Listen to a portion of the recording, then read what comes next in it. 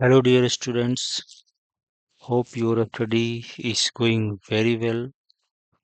In today's lesson, we will discuss some important topics of the chapter respiration in plants. And those important topics will be link reaction and Krebs cycles. है ना?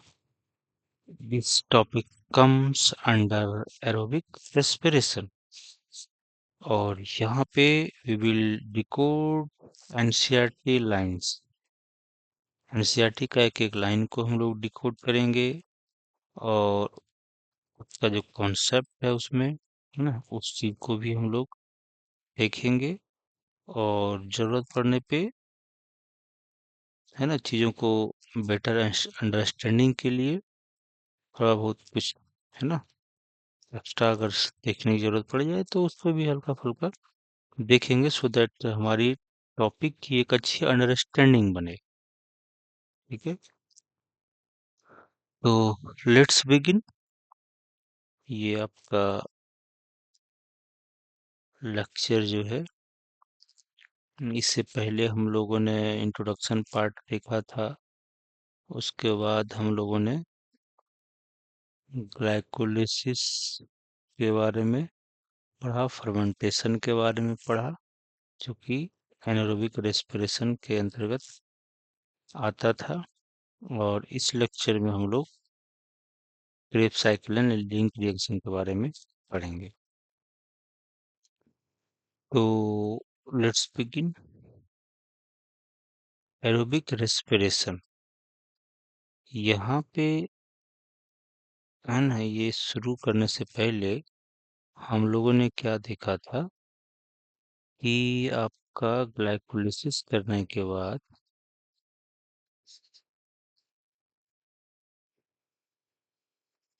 है ना, इसमें अगर हम one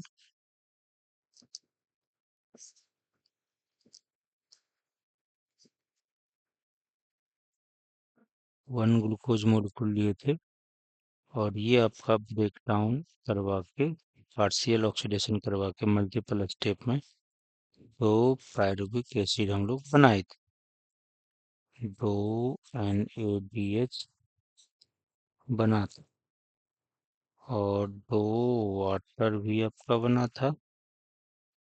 2 net ATP आपका formation हुआ था। तो ये सब कहाँ पर हुआ था? साइटोप्लाज्म। ये सब जो है आपका हुआ था ग्लाइकोलिसिस, है ना, साइटोप्लाज्म में हुआ था। अब इसको अगर हम ये देखें, अब जो ये पायरुविक एसिड बना था और NADH बना था, ये अल्टीमेटली कहाँ पे जाएगा? ये जाता है आपका, है ना, माइटोकॉन्ड्रिया में। कहाँ पे जाएगा? माइटोकॉन्ड्रिया में। तो इसको बेटर है थोड़ा सा ऐसे देखें।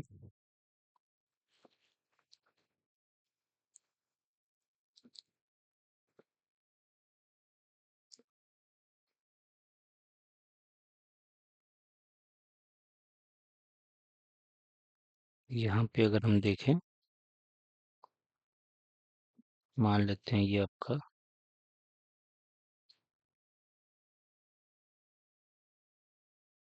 सेल है और ये आपका माइटोकॉन्ड्रिया।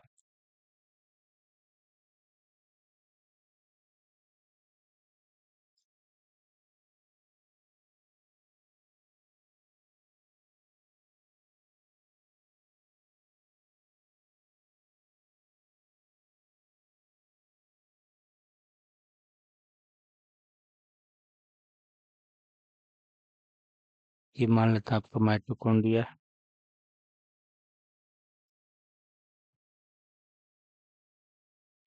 ये आपका सेल है और ये आपका मैट्रिक्स है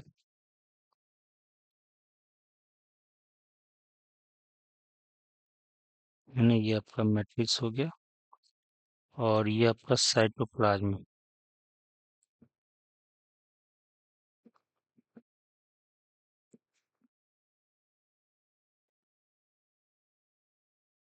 ये आपका साइटोप्लाज्म। यहाँ पे हम लोग देखे थे ग्लाइकोलाइसिस,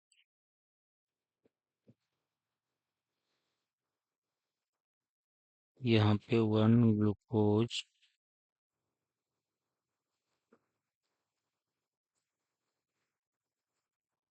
को अगर ब्रेक डाउन करवाते थे तो आपका दो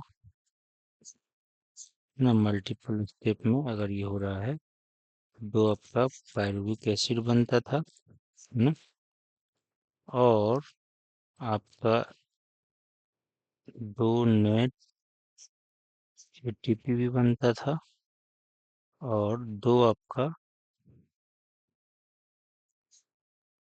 NADH भी बन जाता था, और दो आपका वाटर भी बनता था। तो अब जो इसको कंप्लीट ऑक्सीडेशन के लिए है ना, NADH जो बना ये भी है ना इसके अंदर जाएगा, माइटोकॉन्ड्रिया के अंदर जाएगा। ये कैसे जाएगा, ये एक कॉम्प्लेक्स मैकेनिज्म है, बट आपको ये बस अंडरस्टैंड करना है कि यहाँ पे NADH बना, और फिर ये NADH इनडायरेक्टली जो है मैट्रिक्स में जाएगा रेस्पिरेशन के लिए ETS के थ्रू, है ना, ऑक्सीडेशन होगा ETS के थ्रू। और ये जो आपका पायरुविक एसिड बना ये भी आपका फाइनली मैट्रिक्स में जाएगा, माइटोकॉन्ड्रियल मैट्रिक्स में जाएगा। ये मान लेते हैं दो पायरुविक एसिड यहाँ पर आ गया, और ये लिंक रिएक्शन के थ्रू, है ना, ये लिंक रिएक्शन के थ्रू बनेंगे। आपका 2 पायरुविक एसिड है तो यहाँ पे 2 एसिटाइल कोएंजाइम A बन जाते हैं, और फिर ये आपका क्रेब साइकिल में चले जाएंगे। ये आपका क्रेब साइकिल में इंटर कर जाते हैं, है ना। ये इस तरीके से आपका क्रेब साइकिल चलेगा जो हम लोग देखेंगे।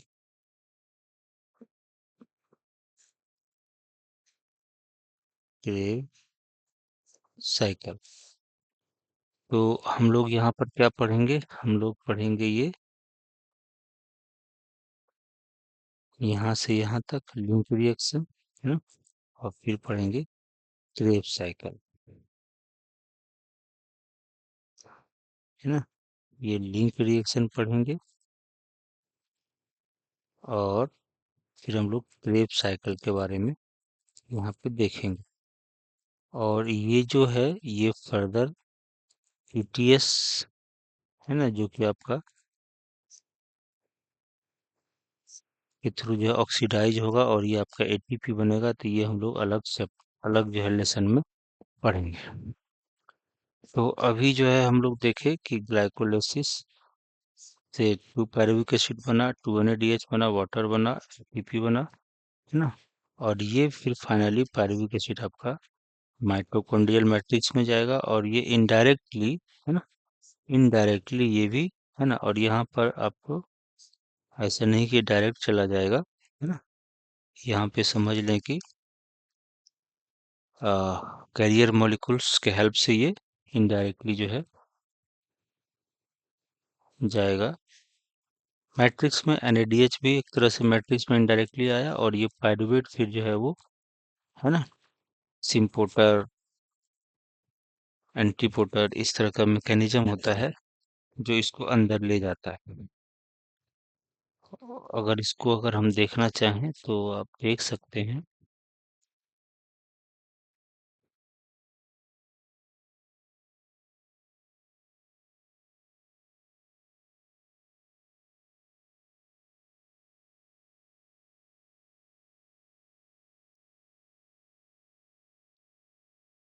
ये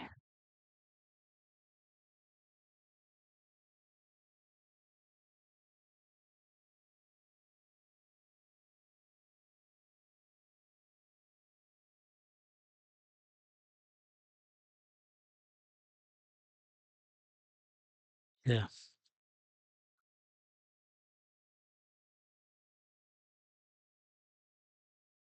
के बारे में कैसे NADH जाता है इसके बारे में थोड़ा सा, जैसे ये मान लेते हैं कि आपका NADH बना था साइटोप्लाज्म में, है ना।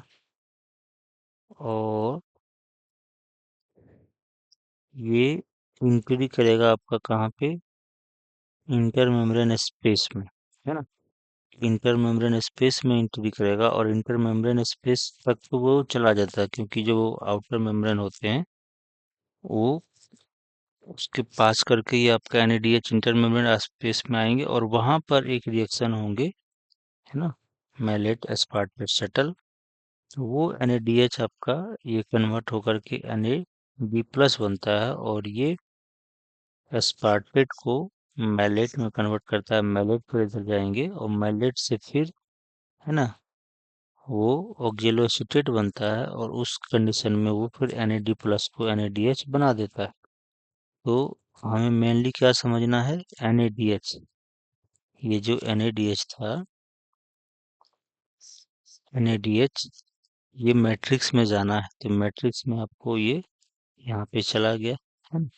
तो बस ये समझना है कि कैसे साइटोप्लाज्म से वो, है ना, इंटरमेम्ब्रेन स्पेस में आएंगे और फिर वहां से मैलेट एस्पार्टेट शटल काम करते हैं और वो NADH इनडायरेक्टली, ये तो ऐसे यहाँ पे NAD+ बन गया और फिर जो मैट्रिक्स में NAD+ है, जब वो मैलेट से फिर ऑक्जेलोसिटेट बनता है तो फिर वहाँ पे वो NADH, है ना, रिड्यूस होकर के NADH बन जाता है।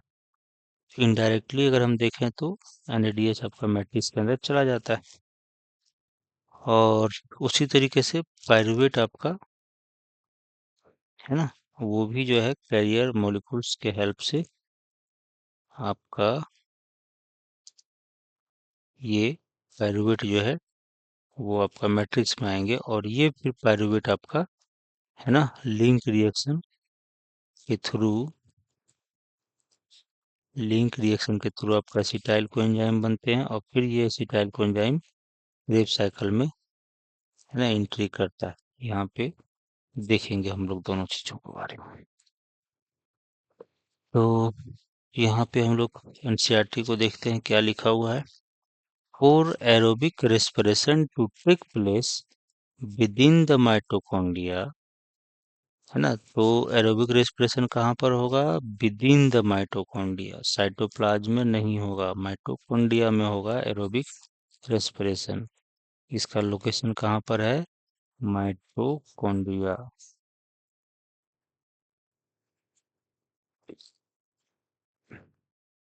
ये ध्यान रखना।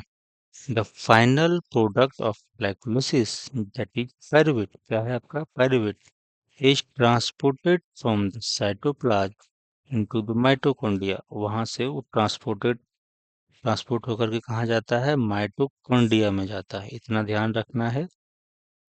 और the crucial event in aerobic respiration are, जब वो माइटोकॉन्ड्रिया में पायरुविक एसिड चला जाएगा, है ना, तो फिर इसका फर्दर क्या होगा, और NADH भी जाता है ताकि वो, है ना, ऑक्सीडाइज्ड हो पाए, यानी कि NADH वो जो बनते हैं वो ATS के थ्रू ATP बना पाए। तो the crucial event in aerobic respiration में जो मेन इवेंट है वो देखते हैं, the complete oxidation of pyruvate by the step wise removal of all hydrogen atoms living 3 molecule of CO2। तो पायरुविक एसिड जो था आपका, उसमें 3 कार्बन का था। पायरुविक एसिड जो है आपका, पायरुवेट जो है एक 3 कार्बन का कंपाउंड, और ये सारे हाइड्रोजन यहाँ से निकल जाएंगे तो 3 CO2 मॉलिक्यूल आपका बनेगा, है ना। तब इसको बोलेंगे कंप्लीट ऑक्सीडेशन हो गया पायरुविक एसिड का। और चूंकि ये 2 पायरुविक एसिड बनता है एक ग्लूकोज से, तो दोनों पायरुविक एसिड का आपका, है ना, कंप्लीट ऑक्सीडेशन होगा तो 2 पायरुविक एसिड आपका 6 CO2 बनाएगा। लेकिन एक टर्न में क्रेब साइकिल में जब जाएंगे और लिंक रिएक्शन के थ्रू, तो पायरुविक एसिड फिर एंट्री करेगा, तो इस तरह से लिंक रिएक्शन भी 2 बार चलेगा और क्रेब्स साइकिल भी 2 बार चलेगा। फिर उसको हम लोग देखेंगे।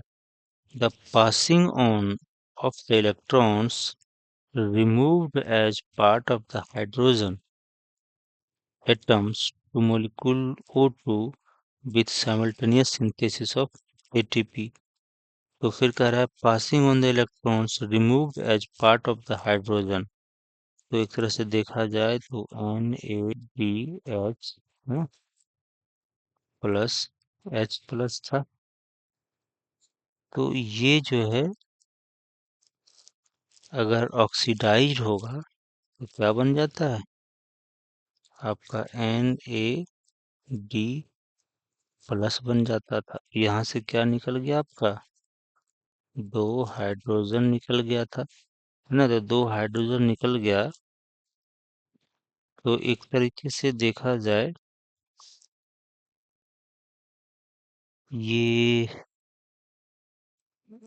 कह रहा है कि पासिंग ऑन द इलेक्ट्रॉन्स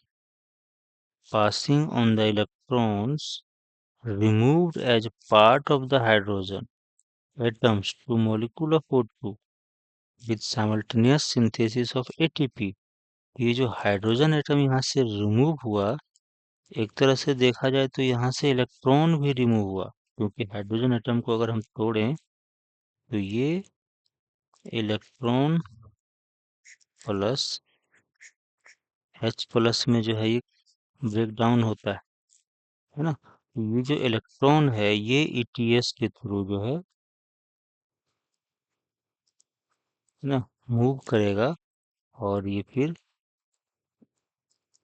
कैसे ATP बनाने में यूज होता है ना। और ये फाइनली जो है ATP बनवाता है, वो हम लोग देखेंगे।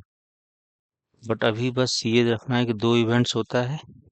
एक तो पायरुविक एसिड का आपका कंप्लीट ऑक्सीडेशन होगा, तो 3 मोलिकुल CO2 बनेगा। और फिर जब passing on the electrons remove as part of the hydrogen atoms, जो NaDH से हाइड्रोजन जो है आपका एटम जो है वो रिलीज होगा, तो उसमें एक तरह से देखा जाए तो इलेक्ट्रॉन वहां से निकल रहे हैं, और इलेक्ट्रॉन ETS के थ्रू जो है पास होगा तो ATP का फॉर्मेशन कराता है। तो कंप्लीट ऑक्सीडेशन के लिए आपका क्रेब साइकिल भी देखना पड़ेगा और ETS भी देखना पड़ेगा। तो ये जो है आपका क्रेब साइकिल में होगा और ये आपका ETS में होगा। अब ये देखते हैं, पहला वाला पार्ट हम देखते हैं कैसे क्या होता है। What is interesting to know is that the first process takes place in the matrix of the mitochondria, while the second process is located on the inner membrane of the mitochondria। कह रहा है ये जो होगा आपका, है ना, ये जो होगा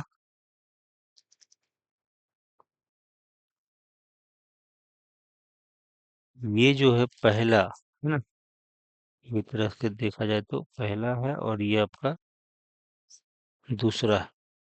ये कहाँ पर होगा आपका, ये कह रहा है first process take place in the matrix, ये आपका माइटोकॉन्ड्रियल मैट्रिक्स में होगा। और ये दूसरा स्टेप है वो कह रहा है होगा, है ना, while the second process is located on the inner membrane of the mitochondria। तो membrane of the inner membrane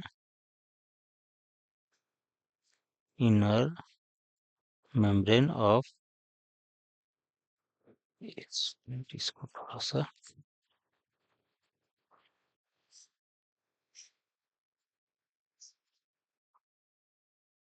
को देखा जाए तो ये दूसरा होगा वो इनर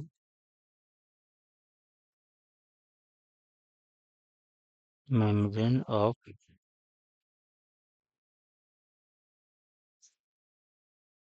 माइटोकॉन्ड्रिया, यानी कि ये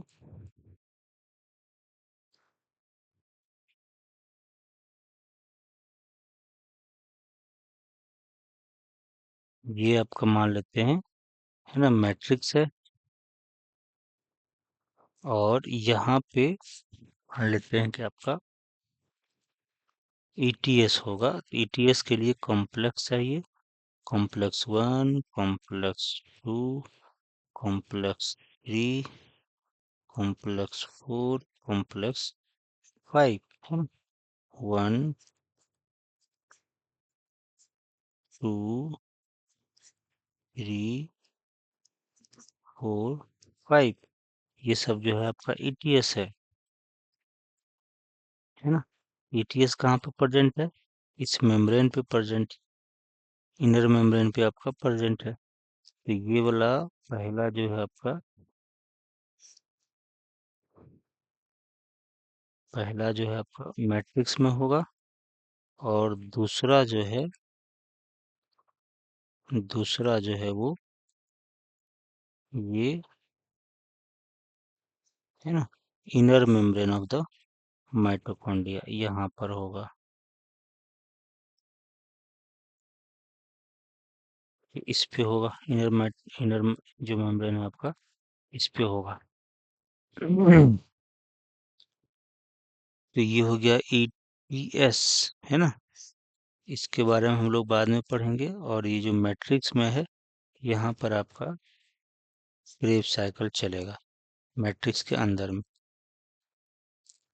तो अब यहाँ पर देखते हैं, pyruvate which is form by the glycolytic catabolism of carbohydrates in the cytosol after it enters the mitochondrial matrix undergoes oxidative decarboxylation by a complex set of reactions catalyzed by pyruvic dehydrogenase, है ना।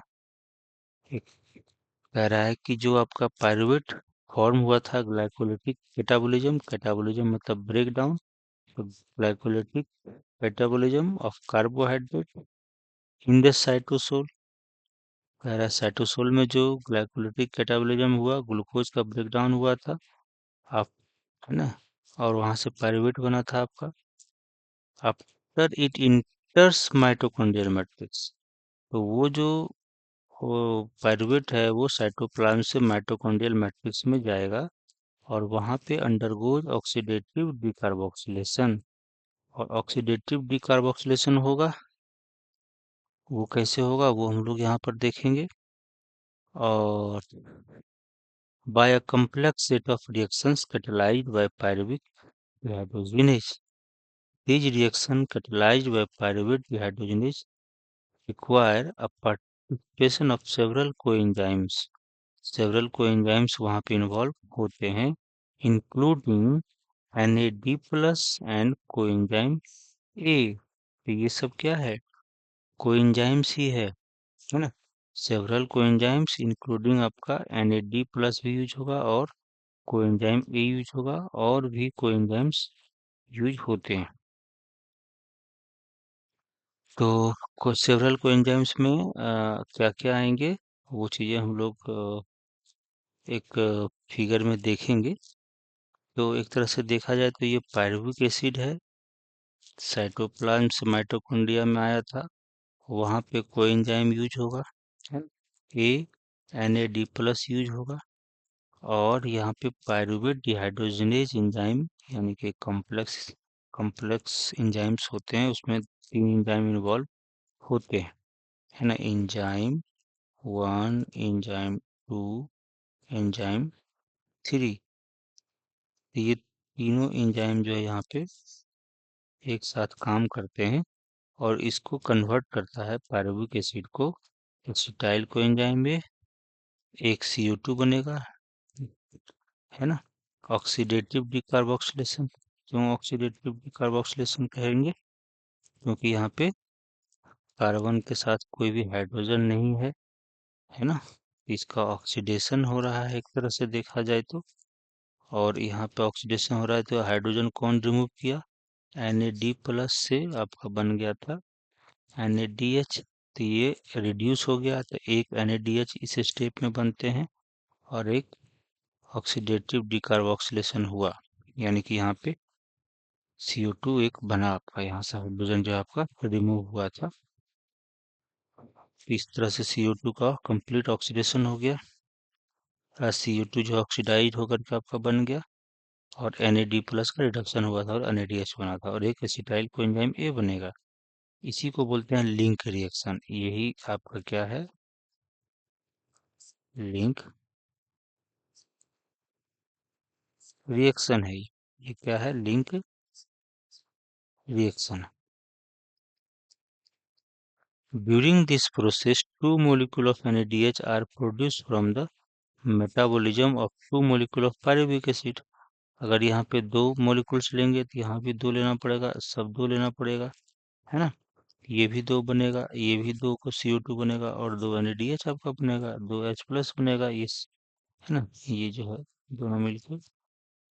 तो इस तरीके से कह रहा है कि during two molecule of NADH आपका बना, produce from the metabolism of two molecule of pyruvate, produce from one glucose, जो कि आपका वन ग्लूकोज से बना था ये, है ना, ग्लाइकोलिसिस के द्वारा दो pyruvic acid. During the glycolysis the acetyl coenzyme then enters a cyclic pathway, है ना। ये एक तरह से लीनियर पाथवे है, ये साइक्लिक पाथवे नहीं है, लिंक रिएक्शन। बट अब एसिटाइल कोएंजाइम जो बनेगा वो साइक्लिक पाथवे में इंटर करेगा, जिसको हम लोग ट्राई कार्बोक्सिलिक एसिड साइकिल भी बोलते हैं। ट्राई कार्बोक्सिलिक एसिड साइकिल भी बोलते हैं, more commonly called Krebs cycles. और क्रेब साइकिल भी इसको कॉमनली हम लोग बोलते हैं। क्यों क्रेब साइकिल बोलते हैं? After the scientist Hans Krebs. Hans Krebs एक साइंटिस्ट थे, उन्होंने इस पाथवे को खोजा खोजा था, इसीलिए इस साइकिल को, ट्राइकार्बोक्सिलिक एसिड साइकिल को क्रेब साइकिल भी बोलते हैं। तो क्योंकि हैंस क्रेब ने पहले इसके बारे में बताया था। तो इस चीज को थोड़ा देख लेते हैं यहाँ पे कि ये आपका ट्राई कार्बोक्सिलिक एसिड, ये अनऑक्सीडेटिव डिकार्बोक्सिलेशन ऑफ पायरुवेट होगा, catalysed by pyruvate dehydrogenase complex enzyme है। कहाँ पर होगा ये? इन माइटोकॉन्ड्रिया होगा, by a complex set of reactions. ना कॉम्प्लेक्स सेट ऑफ रिएक्शन क्या है, थोड़ा इसको देखेंगे, है ना, इसका क्या मीनिंग है। ये पायरुवेट कोएंजाइम ए और Na+ यूज हुआ, फिर बन गया आपका acetyl coenzyme A, CO2 and NADH। और ये चूंकि दो को बनते हैं पायरुवेट, तो इसलिए दो, ये जो है दो बार होंगे। तो दो एसिटाइल कोएंजाइम फाइनली बनेगा, दो CO2 बनेगा, दो NADH बन जाएगा और दो पायरुवेट आपका यूज होगा, और यहाँ पे दो कोएंजाइम ए भी यूज होगा और दो दो Na+ का भी यूज होगा। अब कॉम्प्लेक्स सेट ऑफ जो है, कॉम्प्लेक्स सेट ऑफ रिएक्शन है, इसको इस फिगर से अगर आप देखें तो यहाँ पे कह रहा है कि हम जो तीन एंजाइम की बात किए थे, पायरुवेट डिहाइड्रोजिनेज, उसके बाद दूसरा एक एंजाइम आते हैं, उसको बोलते हैं डायहाइड्रोलिपोइल ट्रांस एसिटाइलेज एंजाइम 2, और एक एंजाइम होगा डायहाइड्रोलिपोइल डिहाइड्रोजिनेज एंजाइम 3। ये सब याद नहीं रखना है, but complex set of reaction कैसे हो रहा है, देखिए कितना कॉम्प्लेक्स है ये, है ना। पायरुवेट, है ना, यूज होता है और एसिटाइल कोएंजाइम ए बनता है। बाकी ये सब टिप्स गायब कर दिया गया और हमें याद भी नहीं रखना है ना, क्योंकि इतना कॉम्प्लेक्स चीज़ें जो है डिफिकल्ट होगा याद रखने में। But just for the understanding थोड़ा सा इसको देख लेना है, और जस्ट एक इमेजिनेशन कि हाँ समथिंग ऐसा ऐसा होता है। तो ये पायरुवेट है, ये पायरुवेट से आपका यहाँ पे CO2 आपका बन गया, और ये बीच में आपका हाइड्रोक्सी इथाइल PPP, ये कॉम्प्लेक्स बनता है ना।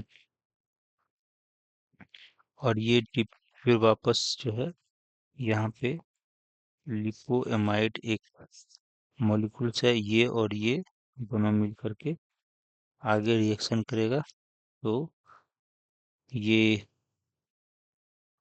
आपका बनाएगा एसिटाइल डाइहाइड्रोलिपो अमाइड, याद नहीं रखना है इसको। ये बनाएगा और फिर यहाँ पे थर्ड जो है आपका रिएक्शन होगा, और थर्ड रिएक्शन से आपका ये एसिटाइल कोएंजाइम बन जाता है। फिर बाद में आप करके ये लिपोएमाइड फिर से रिजनरेट होंगे। फिर ये और एफ है ना, और ये एक अलग कंपाउंड है, ये यहाँ पे चौथा रिएक्शन होगा और ये आपका समथिंग ऐसा बनाएगा, FAD SHSH। और फिर ये एक तरह से ऑक्सीडाइज होगा और Na+ को रिड्यूस करेगा, NADH बन जाता है। तो ये चीजें आपने देखा कैसे कैसे क्या हो रहा है ना, एक कॉम्प्लेक्स सेट ऑफ रिएक्शंस हो रहा है। तो हमें इतना सब कुछ याद नहीं रखना है, बस क्या याद रखना है, पायरूवेट, है ना, और एक एंजाइम ये, एक एंजाइम ये, एक एंजाइम ये तीन एंजाइम मिल करके 5 स्टेप का रिएक्शन करता है।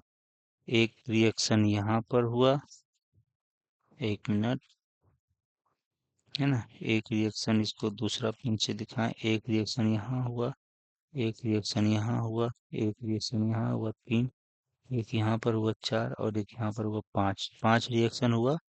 बट एंजाइम कितने इन्वॉल्व है, 3 एंजाइम इन्वॉल्व है ना, E1, E2 एंड E3।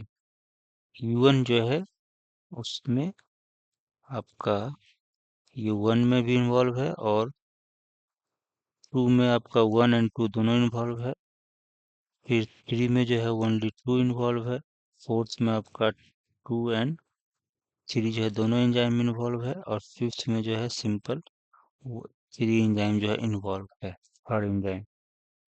तो आपको क्या देखना है, पायरूवेट, है ना, यूज हुआ था, CO2 एक बन गया आपका। उसके बाद फिर क्या बनाना है, एसिटाइल कोएंजाइम ए बनाना है, तो ये आपका थर्ड रिएक्शन में बन जाता है। फर्स्ट रिएक्शन में CO2, थर्ड रिएक्शन में आपका एसिटाइल कोएंजाइम बनता है, और फिफ्थ रिएक्शन में आपका NADH बनता है। तो एक कॉम्प्लेक्स सेट ऑफ रिएक्शंस है। ये चीजें बस समझने के लिए है, याद इसमें से कुछ भी नहीं रखना है ना।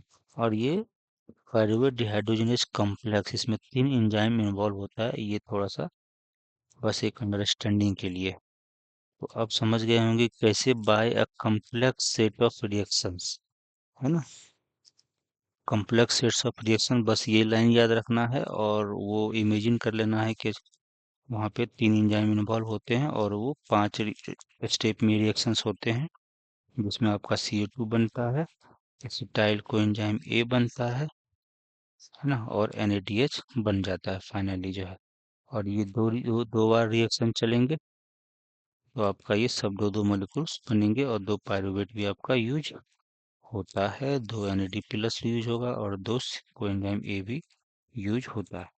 अब एसिटाइल कोएंजाइम ए जो बना वो चला जाएगा, है ना, ट्राइकार्बोक्सिलिक एसिड साइकिल। ये एसिटाइल कोएंजाइम अब ये क्रेब साइकिल में इंटर करेगा, साइट्रिक एसिड साइकिल में। अब इसको देखते हैं, पहले इसका थोड़ा सा इंफॉर्मेशन की क्या है। ट्राई कार्बोक्सिलिक एसिड जो है ना, इसको TCA साइकिल शॉर्ट में बोलते हैं, ट्राई कार्बोक्सिलिक एसिड, इसको हो गया TCA साइकिल, है ना। क्यों इसको TCA बोलते हैं, क्योंकि because 3 carboxylic group COH present in citric acid.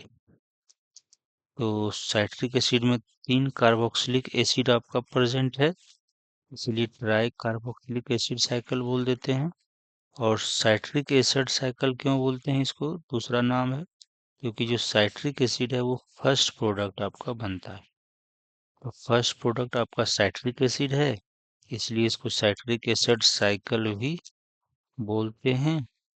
और साइट्रिक जो आपका ये है ना, साइट्रिक एसिड बनता है, इसमें 3 कार्बोक्सिलिक ग्रुप प्रेजेंट है। तो 3 कार्बोक्सिलिक ग्रुप प्रेजेंट है, यानी कि 3 COH ग्रुप प्रेजेंट है, इसीलिए इसको ट्राई कार्बोक्सिलिक एसिड जो है साइकिल भी बोलते हैं। First illustrated by Hans Krebs, है ना। सबसे पहले इसको हैंस क्रेब ने बताया था, इसीलिए इसको क्रेब साइकिल भी बोलते हैं और ये एक साइक्लिक प्रोसेस है। ऑक्सीडेशन कितने स्टेप पे होते हैं? 4 स्टेप पे। वो हम लोग जहाँ जहाँ NADH है ना बनेंगे वहाँ वहाँ पे, और जहाँ FADH2 बनेंगे वहाँ वहाँ पे आपको ऑक्सीडेशन देखने को मिलता है। तो 4 स्टेप पे आपको ऑक्सीडेशन देखने को मिलता है। और ऑक्सीडेटिव डिकार्बोक्सिलेशन आपका 2 स्टेप पे हो गए। यहाँ पे इस प्रोसेस से आपका 2 CO2 बाहर निकलता है। और सबस्ट्रेट लेवल फास्फोरिलेशन होता है एट 1 स्टेप पे। वो हम लोग देखेंगे कहाँ पर क्या होता है। तो NCERT का जो डायग्राम है वो समथिंग ऐसा है। ट्राई कार्बोक्सिलिक एसिड जो है, थोड़ा इसको रीडिंग देते हैं। That TCA cycle starts with condensation of acetyl group with oxaloacetic acid and water to yield citric acid। अब यहाँ पे अगर देखें, कह रहा है कि जो आपका ये लिंक रिएक्शन था,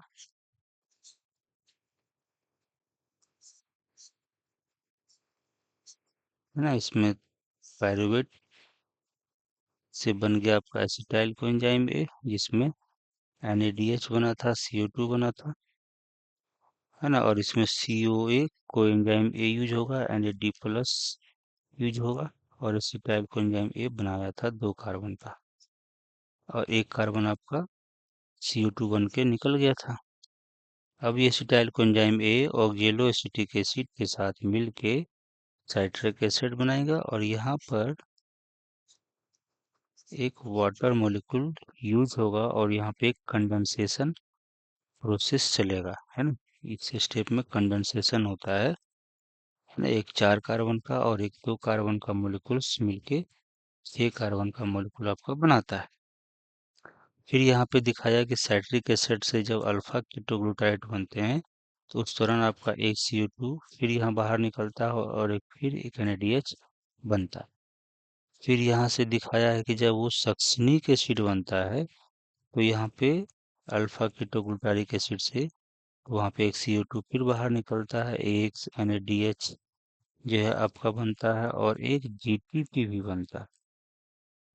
एक GDP से GTP भी बनता है अल्फा कीटोग्लूटारिक एसिड से जब सक्सिनिक एसिड बनता है। तो इसमें और भी स्टेप्स हैं जो यहाँ पे क्लियरली दिखाया नहीं है, बट टेक्स्ट में लिखा हुआ है। तो हम इसको एक और बेहतर है ना डायग्राम देखेंगे इससे जो है, ताकि स्पष्ट पता चलेगा कि कौन कौन क्या क्या बना रहा है। फिर सक्सिनिक एसिड से आपका जब फ्यूमरिक एसिड बनते हैं, या फ्यूमरिक एसिड यहाँ दिया हुआ नहीं है तो कह रहा है डायरेक्ट मैलिक एसिड, तो उस दौरान फिर आपका FAD प्लस से FADH2 बनता है। यही मैं बोल रहा था, इसको FAD प्लस होना चाहिए था, है ना। बट यहाँ पे FAD प्लस लिख दिया है, यहाँ पे FAD सिंपल होना चाहिए था। और यहाँ पे आपका FADH2 बनेगा जब 2 हाइड्रोजन एटम इसके साथ जुड़ेगा तो। और फिर मैलिक एसिड से जब आपका ऑक्जेलो एसिटिक एसिड बनता है ना, तो फिर यहाँ पे एक NADH बनता है, इससे NAD प्लस से, यानी कि इसको ये ऑक्सीडाइज किया, मैलिक एसिड का एक तरह से ऑक्सीडेशन हुआ, है ना। और ये आपका ऑक्जेलो एसिटिक एसिड बन जाता है। तो फिर यहाँ पर अगर देखें तो एक तरह से सक्सिनिक एसिड का ऑक्सीडेशन हुआ, क्योंकि यहाँ पे FAD रिड्यूस हो रहा है, तो रिड्यूस हो रहा है तो किसी और का ऑक्सीडेशन हो रहा है।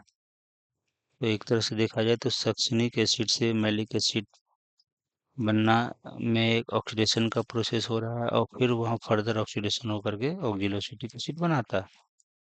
तो ये तो एक ब्रीफ जो है यहाँ पे दिया हुआ है, बट इसके लिए एक बेटर डायग्राम अगर हम देखें तो ज़्यादा समझ में आएगा, है ना। इस डायग्राम को अगर हम देखें तो ज़्यादा बेटर रहेगा।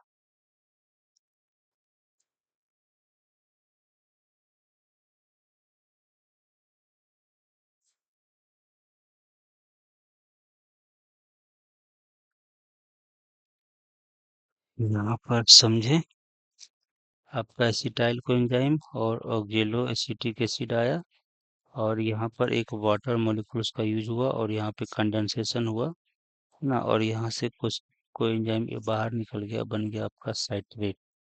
साइट्रेट से जो है फिर ये, है ना, सिस एकोनिटेट बनता है, एक इंटरमीडिएट कंपाउंड है, और ये इमिडिएटली फिर जो है आइसोसाइट्रेट में बना देता है।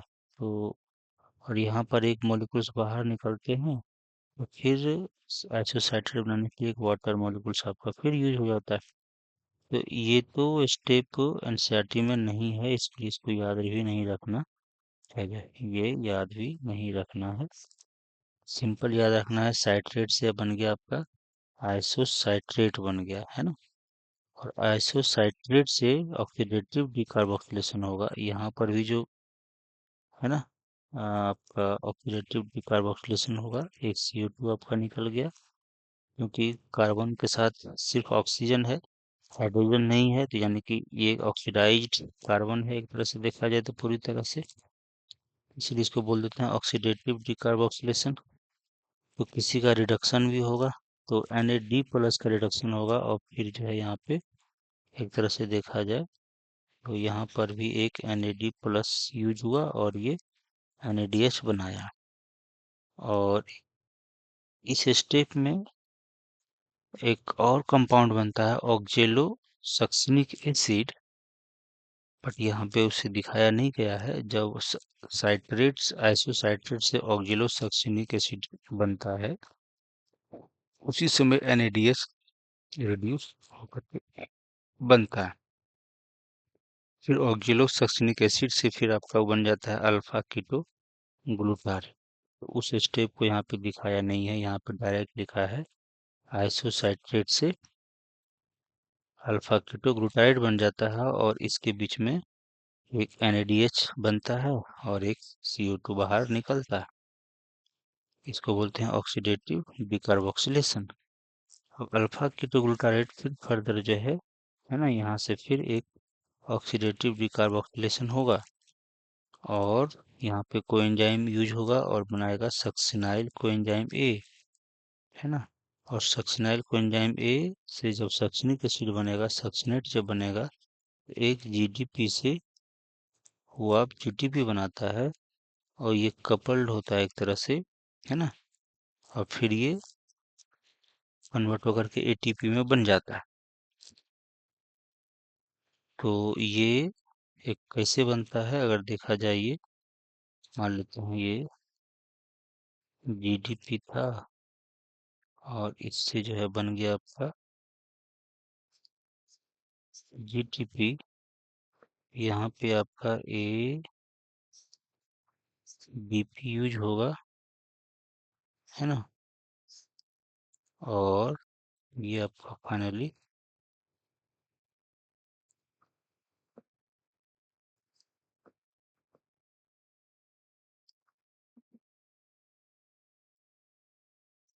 ATP बना देता है, समथिंग ऐसे। तो ये आपका सक्सिनेट बन जाएगा, तो सक्सिनाइल कोएंजाइम ए से सक्सिनेट बनेगा, वहां पे आपका GTP बनेगा, या उसके इक्विवेलेंट में आप ATP आपको देख सकते हैं, बन जाता है। और फिर सक्सिनेट से जब आपका फ्यूमरेट बनता है ना, उस दौरान एक FADH2 आपका बनता है, और फिर फ्यूमरेट वहां पे एक वाटर मॉलिक्यूल यूज होगा, और ये आपका बन जाता है मैलेट। मैलेट से जब आपका ऑक्जेलो एसिटेट बनता है, ऑक्जेलो एसिटिक एसिड बनता है, वहां पे आपका एक NAD+ यूज होगा, और वो NADH लगन बनाता है। इस तरीके से देखा जाए तो 1 2 3 तीन NADH आपका यहाँ पे बन जाता है। देखा जाए तो इतना NADH बन गया आपका, 3 NADH बन गया, है ना। एक कहाँ पे बना, अल्फा कीटो ग्लूटारेट के बनने से पहले, और एक अल्फा कीटो ग्लूटारेट से सक्सिनाइल कोएंजाइम ए बना। तो के अल्फा कीटो ग्लूटारेट में अगर हम के वर्ड लिखें, तो के अल्फा कीटोग्लूटारेट बनने से पहले और इसके बनने के बाद, तो के आगे पीछे, है ना, और एक ऑक्जेलो एसिटिक बनने के दौरान, तो ओ एंड के, ओ जब बन रहा है तब एक NADH बना, है ना, और फिर जब के बना था, तो के जब बना था उसके दौरान, और जब के बाद वाला स्टेप में, दोनों में आपका NADH बना था। याद रखने के लिए ओ एंड के, ऑक्जेलो एसिटिक एसिड जब बनेगा फ्यूमेलेट से, ऑक्जेलो एसिटिक एसिड बनने के दौरान एक NADH बनेगा, और केक बनने के दौरान, और केक का एक तरह से ब्रेकडाउन होने के दौरान। और CO2 कहाँ कहाँ निकल रहा है, तो अल्फा कीटोग्लूटारेट के आगे पीछे। अल्फा कीटोग्लूटारेट जब बनेगा तो एक CO2 निकलेगा, और ये 5 कार्बन का कंपाउंड है ना। और जब अल्फा कीटोग्लूटारेट से फिर सक्सिनाइल कोएंजाइम बनेगा जो कि 4 कार्बन का कंपाउंड है, तो स्वाभाविक है 5 कार्बन वाला वो था अल्फा कीटोग्लूटारेट, और सक्सिनाइल कोएंजाइम ए 4 कार्बन का बन रहा है, तो स्वाभाविक है एक कार्बन जो है वहां से निकला होगा, तो वो CO2 के फॉर्म में निकला था। तो इस तरीके से आपका, है ना, यहाँ पे एक कंप्लीट जो है इंफॉर्मेशन दिया हुआ है, इस फिगर में स्पष्ट रूप से दिखता है। और ATP कहाँ बन रहा है, तो SS याद रखना है, एस सक्सिनाइल कोएंजाइम ए से जब सक्सिनेट बन रहा है तो यहाँ पे आपका ATP बनता है, तो SS के बीच में, है ना, एस एस के बीच में आपका है GTP, या कहें तो ATP, है ना, ये इक्विवेलेंट है, ये बन जाता है। और NADH कहाँ बन रहा है, NADH कहाँ बन रहा है, तो O and K, ऑक्जेलो acetic acid जब बन रहा है उस दौरान मैलिक एसिड से, और अल्फा कीटोग्लूटारेट, कीटो, है ना, अल्फा कीटोग्लूटारेट जब ये बनेगा तब, और जब ये ब्रेक डाउन होगा तब, है ना, और जब एक मैलिक एसिड से ऑक्जेलो एसिटिक एसिड बन रहा है तो ओ के याद रखना है, ओ के, ओ बनने दौरान, ऑक्जेलो एसिटिक एसिड बनने के दौरान, और के अल्फा कीटोग्लूटारेट के बनने के दौरान, और उसके बनने के बाद जो ब्रेकडाउन होता है उसके दौरान NADH आपका बनता है। तो कौन कौन सा स्टेप में आपका क्या बन रहा है वो याद रखना है। और NADH कहाँ कहाँ बना, एक ये स्टेप में, एक ये स्टेप में, और एक ये स्टेप पे, और एक स्टेप आपका यहाँ पे FADH2 बन गया। तो ये सारे स्टेप में, है ना, ऑक्सीडेशन हो रहा है। और ऑक्सीडेटिव डिकार्बोक्सिलेशन कौन कौन स्टेप में हुआ, तो यहाँ पे और यहाँ पे, यानी कि अल्फा कीटोग्लूटारेट बनने के दौरान और उसके बाद वाले स्टेप में ऑक्सीडेटिव डिकार्बोक्सिलेशन हो रहा है 2 स्टेप में, और ऑक्सीडेशन टोटल 4 स्टेप में। जहाँ जहाँ NADH बना उस स्टेप में, और जहाँ पर FADH2 बना था उस स्टेप में ऑक्सीडेशन हुआ था। क्योंकि ये सब रिड्यूस्ड मॉलिक्यूल है तो स्वाभाविक है किसी से हाइड्रोजन निकाला होगा, तो इसलिए वहाँ वहाँ पे ऑक्सीडेशन हुआ होगा। तो ये चीजें था क्रेब साइकिल के बारे में। अब थोड़ा सा, है ना, NCERT को देख लेते हैं क्या लिखा हुआ है, अब आसानी से समझ में आएगा। तो TCA cycle starts with the condensation of acetyl coenzyme and carboxylic acid and water to yield citric acid cycle। तो वाटर का यहाँ पे लिखा हुआ बट डायग्राम में बनाया हुआ नहीं था NCERT का, तो वो याद रखना है। एक वाटर यहाँ पर यूज हुआ, है ना, और ऑक्जेलोएसिटिक एसिड का यूज हुआ, और एसिटाइल, है ना, कोएंजाइम ए का यूज हुआ था, और फिर से वो आपका एक तरह से साइट्रिक एसिड बनाया। द रिएक्शन इज कैटेलाइज, और ये कंडेंसेशन रिएक्शन है। अब आगे है, the reaction is catalysed by the enzyme citrate synthase, ये याद रखना है कम से कम पहला एंजाइम ये साइट्रेट सिंथेज है। And A molecule of coenzyme A is release, और यहाँ पर एक कोएंजाइम मॉलिक्यूल्स जो है, जो एसिटाइल कोएंजाइम वाला था, वो यहाँ से बाहर निकल जाएगा। और जो एंजाइम है वो साइट्रेट सिंथेज, साइट्रेट बना रहा है, साइट्रिक एसिड बना रहा है। तो वो इस एंजाइम का नाम होगा साइट्रेट सिंथेज, क्योंकि साइट्रेट साइट्रेट का सिंथेसिस हो रहा है, इसलिए एंजाइम का नाम पड़ जाएगा साइट्रेट सिंथेज। और एक कोएंजाइम ए आपका बन के बाहर निकल जाएगा। अब आगे citrate is then isomerise to isocitrate, है ना। साइट्रेट से क्या बन जाएगा, isocitrate. It is followed by two successive steps of decarboxylation. और आइसोसाइट्रेट के बाद लगातार दो स्टेप होगा, है ना। जो कि आपका इस फिगर में जो है नहीं स्पष्ट रूप से दिखाया हुआ है। तो डिकार्बोक्सिलेशन होगा, यानी कि यहाँ पे CO2 आपका निकलेगा। और कह रहा है कि leading to the formation of alpha ketoglutarate, यहाँ पे आपका अल्फा कीटोग्लूटारिक एसिड बनता है। And then succinyl coenzyme A, जब CO2 कहाँ निकल रहा है, एक जब अल्फा कीटोग्लूटारेट बन रहा है वहां बनने के दौरान CO2 निकला, है ना। ये CO2 आपका आइसोसाइट्रेट के बाद वाले स्टेप में होता है, जो कि हो इस रिएक्शन में यहाँ पे देख सकते हैं। यहाँ पे देखा जाए तो आप देख सकते हैं कि ये अल्फा कीटोग्लूटारेट जब है, उसके बनने वाले, है ना, बनने के दौरान जो है आपका एक CO2 निकला, और फिर उसके बाद वाले स्टेप में एक आपका CO2 निकला था। अब आगे है, in the remaining steps of citric acid cycle succinyl coenzyme is oxidised to oxalo, है ना, एसिटिक एसिड। अब कह रहा है इन रिमेनिंग स्टेप्स, जो रिमेनिंग स्टेप्स हो रहा है तो उसमें सक्सिनाइल कोएंजाइम ए है, वो फाइनली उसका ऑक्सीडेशन होकर के ऑक्जेलो एसिटिक एसिड बन जाता है। यहाँ से सक्सिनाइल कोएंजाइम से एक तरह से देखा जाए तो ये ऑक्सीडेशन यहाँ पर होगा इसका, फाइनली जब यहाँ से ये यहाँ तक जाएगा तो ये फाइनली ऑक्सीडेशन इसका हो रहा है ना।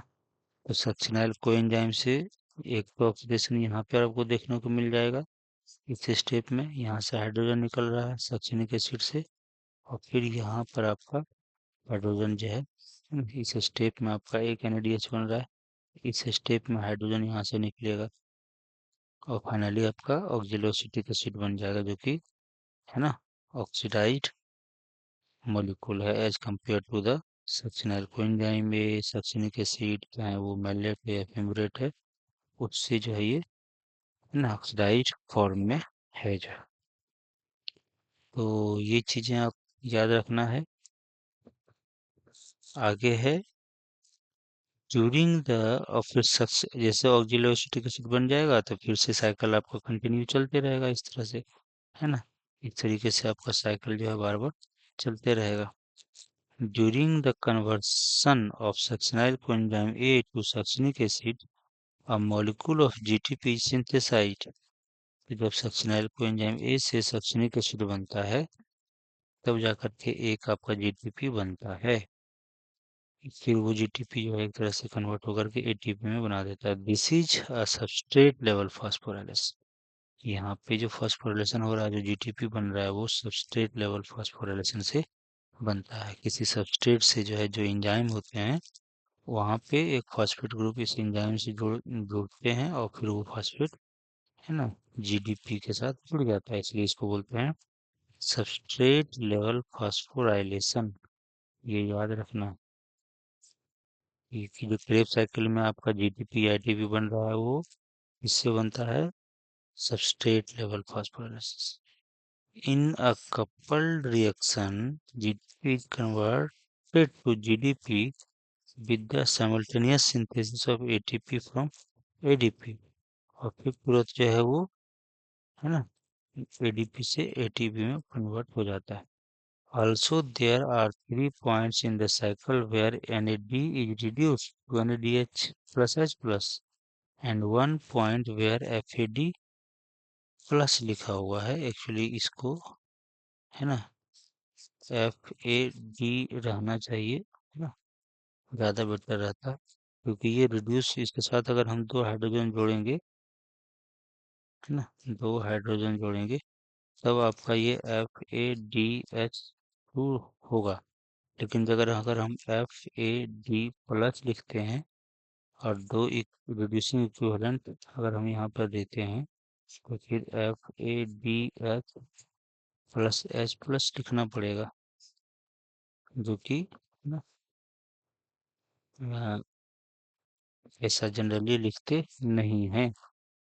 तो जनरली FAD जो है वो रिड्यूस, ये FAD+ के रूप में नहीं रह करके FAD के रूप में रहता है, और इसमें जब दो हाइड्रोजन जोड़ेंगे तो ये FADH2 बन जाता है।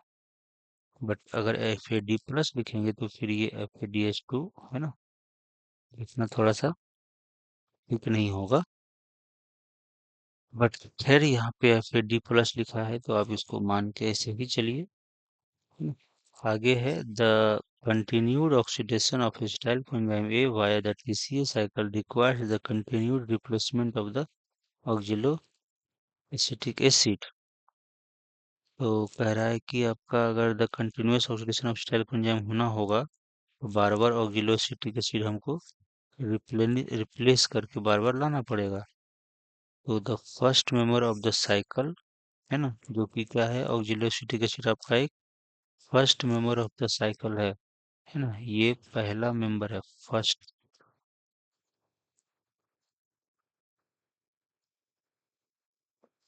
मेंबर है किसका, साइट्रिक एसिड साइकिल का, ऑक्जिलोएसिटिक acid.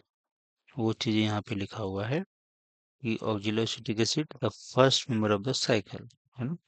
In addition it also requires regeneration of NAD plus FAD plus, and from किस से, तो NADH से एंड FADH2 से, तो रेस्पेक्टिवली, है ना।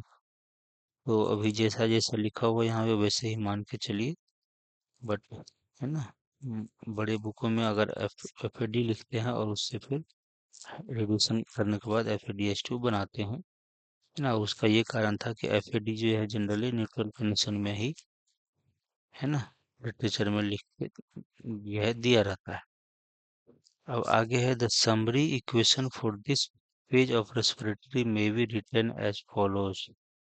तो समरी रिएक्शन अगर लिखना चाहेंगे तो एक पायरुविक एसिड और 4 NAD+ बनता है, वहां से अगर हम 3CO2 देखें तो यहाँ पे link reaction plus Krebs cycle, है ना, दोनों इंक्लूडेड है, और एक FAD+ बनेंगे, दो वाटर बनेंगे, दो ADP प्लस प्लस PI बनेंगे, मतलब सॉरी, ये यूज होगा पायरुविक एसिड 4 NAD+ एक FAD+, है ना, इसको एक्चुअली FAD ही होना चाहिए था, फिर दो वाटर, है ना, एक वाटर कहाँ पर यूज हुआ था, अगर हम इस स्टेप में देखें तो एक वाटर आपका, है ना,